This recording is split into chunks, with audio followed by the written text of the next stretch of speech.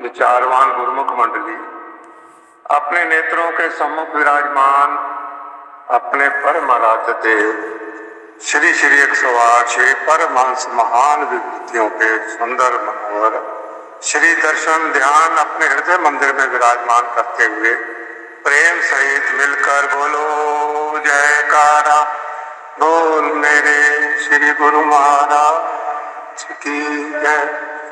गुरुमुखो, पंचम पातशाह श्री गुरु अर्जुन देव महाराज जी की वाणी है कि गुरु के गृह सेवक जो रहे, गुरु की आज्ञा मन में सहे, आपस को कर कछु न जनावे, हर हर नाम हृदय सत्य आवे। मन बेचे सतगुरु के पास, तिस सेवक के कारज रास। सेवा करत होए ने कामी, तिसको होत परापत स्वामी। ये सेवक के लक्षण बतलाए हैं महापुरुषों ने इस वाणी के अंदर कि जो सेवक गुरु दरबार में शरणागत हो जाता है, सतगुरु की शरण ग्रहण कर लेता है, तो उसके अंदर क्या गुण होने चाहिए।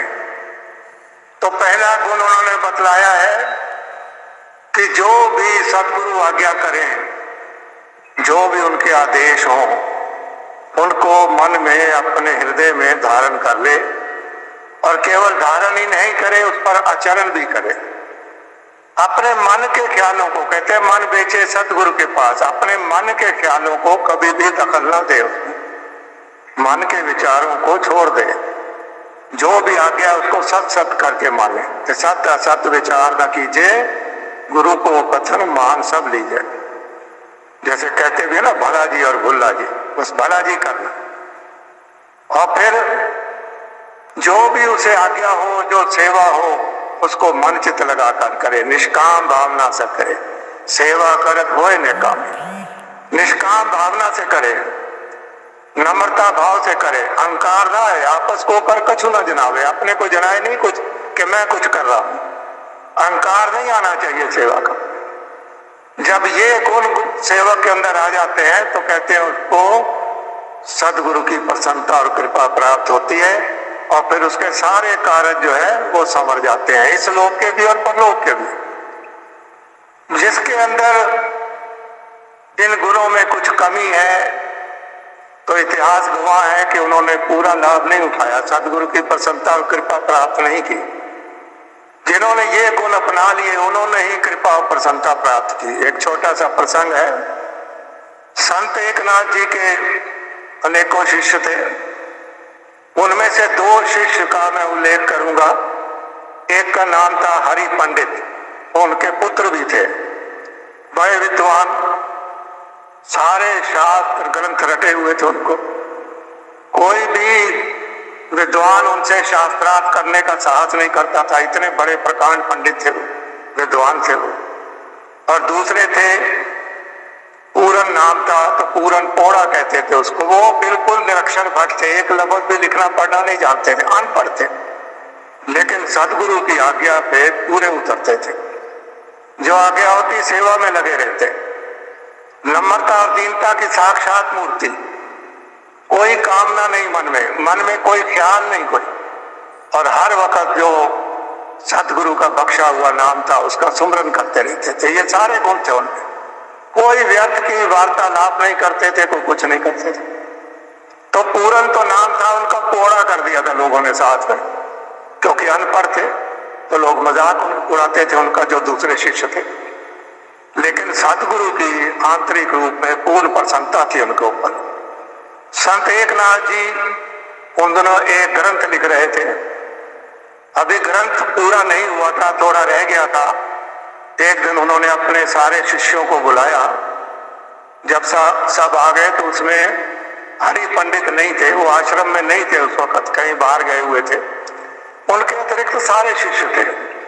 तो संत एकनाथ जी उनसे कहने लगे, शिष्यों से, कि हम ये ग्रंथ लिख रहे थे, लेकिन ये ग्रंथ अभी अधूरा है और हमारे अब जाने का समय हो गया है।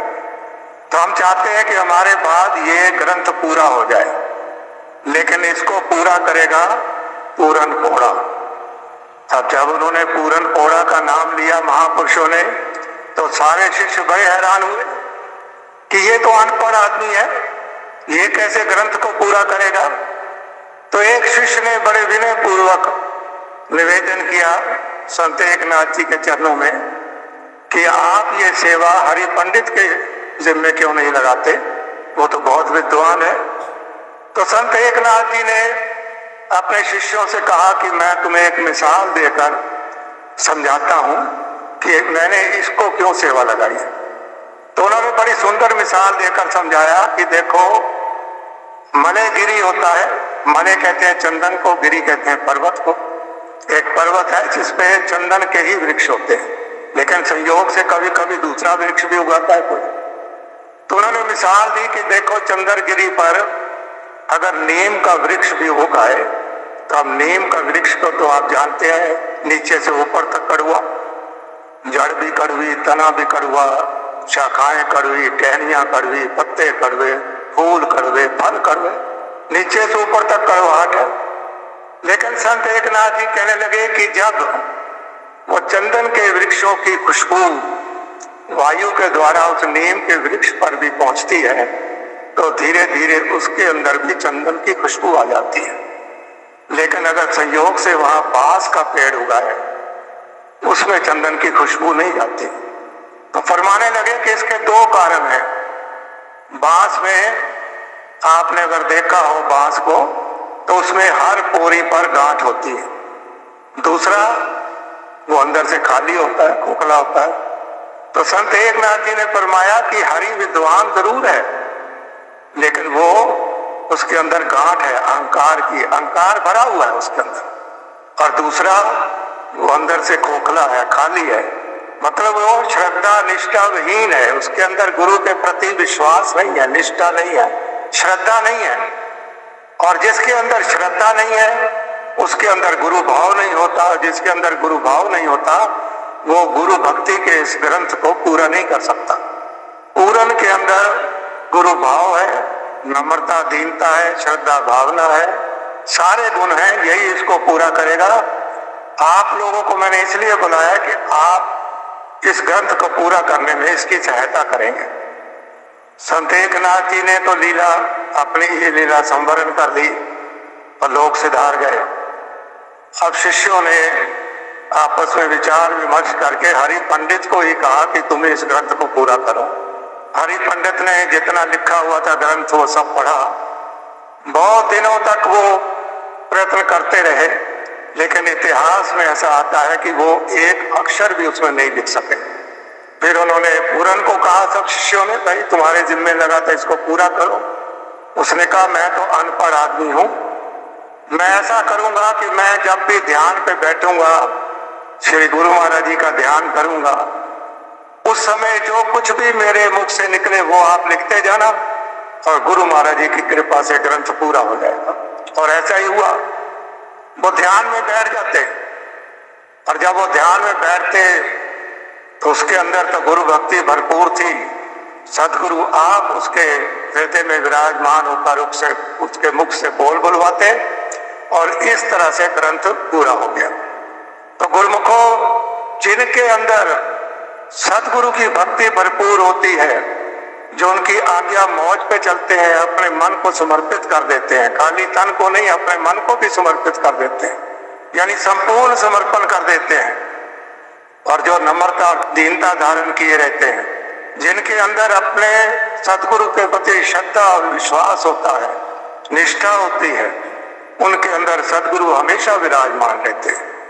और जब उनके हृदय में सदगुरु विराजमान रहते हैं, उनको हर वक्त कृपा प्रसन्नता उन पर बनी रहती है, उनका आशीर्वाद बना रहता है, तो उनकी कृपा से फिर उनका ये लोक भी संवर जाता है और परलोक भी संवर जाता है, सारे कार्य उनके संवर जाते हैं। तो गुरुमुखों, यही काम हमने करना है कि अपने सदगुरु महादेव महाराज जी के प्रति श्रद्धा निष्ठा रखते हुए उनके वचनों के अनुसार अपने जीवन को चलाना है। जो भी उन्होंने हमारे लिए की आज्ञा फरमाई है, जो ये 5 नियम बनाए हैं और जो भजन अभ्यास की हमें आज्ञा है, उन नियमों पर चलते हुए अपने सदगुरुदेव महाराज जी की प्रसन्नता प्राप्त करनी है और अपना लोक परलोक संवारना है। बोलना जयकारा।